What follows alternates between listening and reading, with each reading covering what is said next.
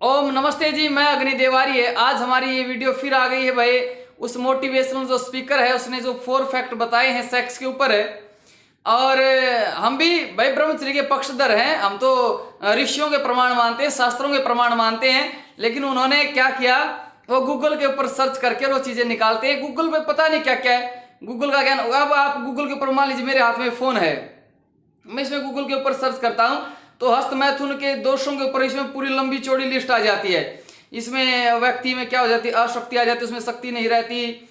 और उसमें तरह तरह के गुप्त रोगों का मतलब अनेकों चीज इसमें आ जाती हैं।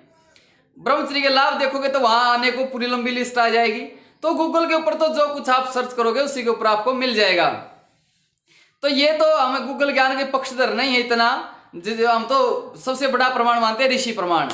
तो उन्होंने इसके गूगल के ऊपर सर्च करके कुछ चीजें की, आइए उनके ऊपर हम विचार करते हैं उन्होंने क्या क्या कहा है।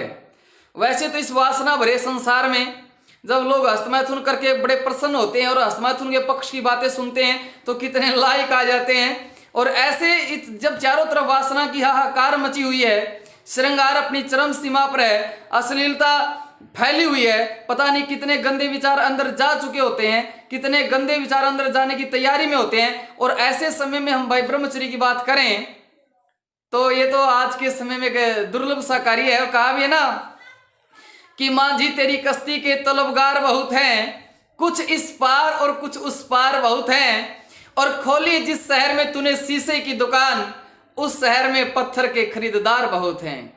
भाई इस शहर में तो पत्थर के खरीदार बहुत हैं, लेकिन चिंता नहीं करनी, इनने सब बदमाशों ने आंख खोल देंगे, इनकी आंख, चिंता नहीं करनी है।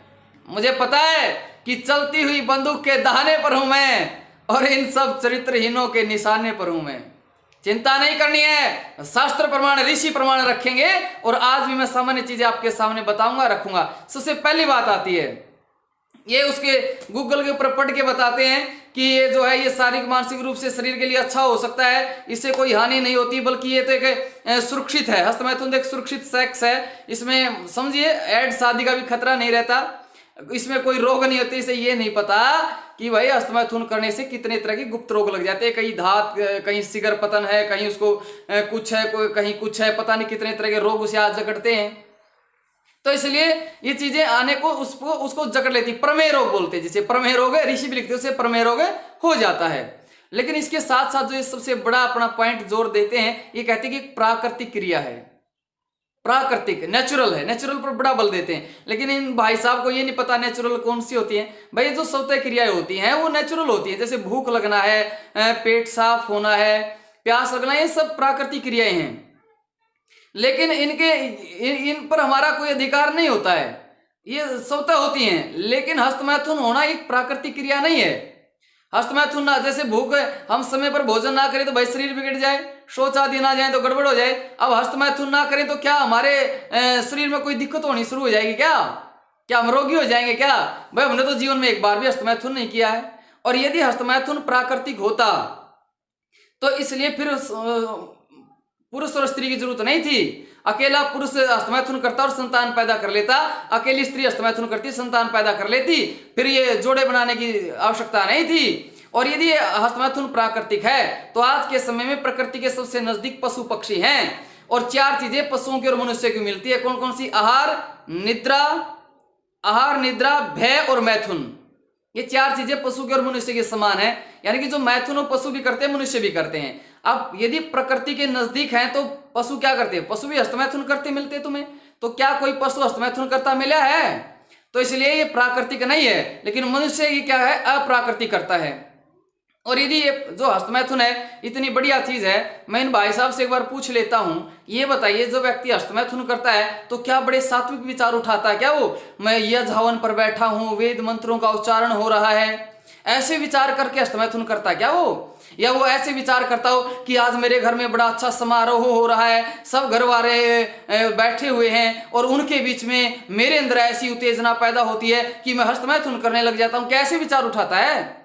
या कोई अश्लील विचार उठाएगा, किसी बहन के बारे में, किसी बेटी के बारे में, किसी के बारे में गंदा सोचेगा, तब हस्तमैथुन करेगा? अरे बता तो दो, कुछ तो बता दो ये हस्तमैथुन के समर्थकों है। हस्तमैथुन कोई सात्विक विचार उठा के आदमी करता है कि उसे गंदे विचार उठाने पड़ते हैं, तब हस्तमैथुन करता है वो। और कहते हैं जैसा आदमी सोचता है, ऋषियों की बात बता रहा हूं मैं, जैसा वो सोचता है वैसा वाणी से बोलता है और वैसा ही जीवन में करता है। जैसी कल्पनाएं करते हैं ना, जैसी कल्पनाएं करते हैं वैसे फिर करते हैं, और इसके इतने भयंकर परिणाम होते हैं। इस अस्तमैथुन के, इन पोर्न वीडियो के, व्यक्ति मरी हुई लाशों तक के साथ बलात्कार कर बैठता है। तो ये बहुत भयंकर है, ये प्राकृतिक नहीं है। लेकिन इन्होंने एक बात और बहुत बड़ी कही, क्या कही? कहते हैं अत्याधिक बुरा है, अति सर्वत्र वर्जयेत। तो हमने सुना भाई, बिल्कुल सुना है, अति सर्वत्र वर्जयेत होता है कि अति हर जगह बुरा है। लेकिन कहा किन चीजों का? लेकिन जो बुरी चीजें होती है ना, जो बुरी चीजें होती हैं वो तो सर्वत्र वर्जयेत होती हैं, उनकी तो हमें करना ही नहीं चाहिए। ये नहीं कि जी ऐसा है, शराब है आप अति में मत पियो, थोड़ी थोड़ी पी सकते हैं, कोई दिक्कत नहीं। सिगरेट है आप अति में मत पीजिए, थोड़ी थोड़ी आप ले सकते हैं, कोई दिक्कत नहीं। आप किसी बहन के साथ है, उसके साथ ज्यादा छेड़छाड़ मत किए, बस उसको देख सकते हैं, वो भी उसको दूर से कुछ भी आप इशारा कर सकते हैं, कोई दिक्कत नहीं। पर रेप मत कीजिए, अति नहीं करनी। क्या ये बुरे कामों में भी कोई बात होती है क्या? बुरे काम तो करने ही नहीं चाहिए, ये बात होती है। पर पता है इन्हें कौन बताए बेचारों को मैं किन में अति नहीं करनी चाहिए और कौन से काम करने ही नहीं चाहिए। तो इसलिए ऋषि लिखते हैं अति सर्वत्र वर्जयेत, लेकिन जो बुरे काम है वो तो करने ही नहीं चाहिए, वो तो सर्वत्र वर्जयेत ही होते हैं। तो फिर उनको एक बात और लिखते हैं, क्या कहते हैं? इन्होंने कहा जो सेक्सुअल इच्छा है वो दबाना है, वो अप्राकृतिक नहीं।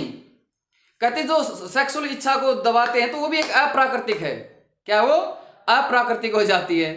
मैं कहता हूं भाई सेक्सुअल इच्छा को दबाना अप्राकृतिक नहीं। सुन भाई जी, इसको कोई आदमी सेक्स की भावना को दबाता है तो इसका मतलब वो बड़ा संस्कारी है, बड़े अच्छे परिवार का है, उसके घर में संस्कारों से युक्त उसका पालन पोषण हुआ है, उसकी आत्मा में बड़ी पवित्रता है, उसके सत्व गुण बड़ा ऊंचा है। और जिसके अंदर बुरे विचार आए तो उसने तुरंत उन्हें दबाने की कोशिश की और दबाते भी हैं। जब आप उपनिषद पढ़ेंगे, छांदोग्य उपनिषद में आता है, इत्रा का पुत्र ऋषि महिदास अपने ब्रह्मचर्य में उत्पन्न होने वाले वेग को दबाता है और कहता है, हे मेरे ब्रह्मचर्य में उत्पन्न होने वाले विघ्न तू मुझे क्यों सता रहा है? तो वो भी अपने वेग को रोकता है। तो बुराई को हमें रोकना चाहिए, इसको रोकने से अप्राकृतिक नहीं हो जाता। तो हमें इनको, अब महफिल में बैठे हैं लोग शराब पी रहे हैं और दूसरे साथी उसको कहे तू भी पी लो, वो कहे जी नहीं, जिसने संकल्प ले रखा है शराब छोड़ने का लेकिन वो नहीं पीता, तो इसका मतलब वो नहीं कि वो अप्राकृतिक है, बल्कि वो संकल्पवान है, उसकी इच्छा शक्ति मजबूत है, उसने ठान लिया है, वो अपने परिवार की इज्जत का ख्याल रखता है। तो इन बातों को समझिए। और भी कुछ कहते हैं उसका भी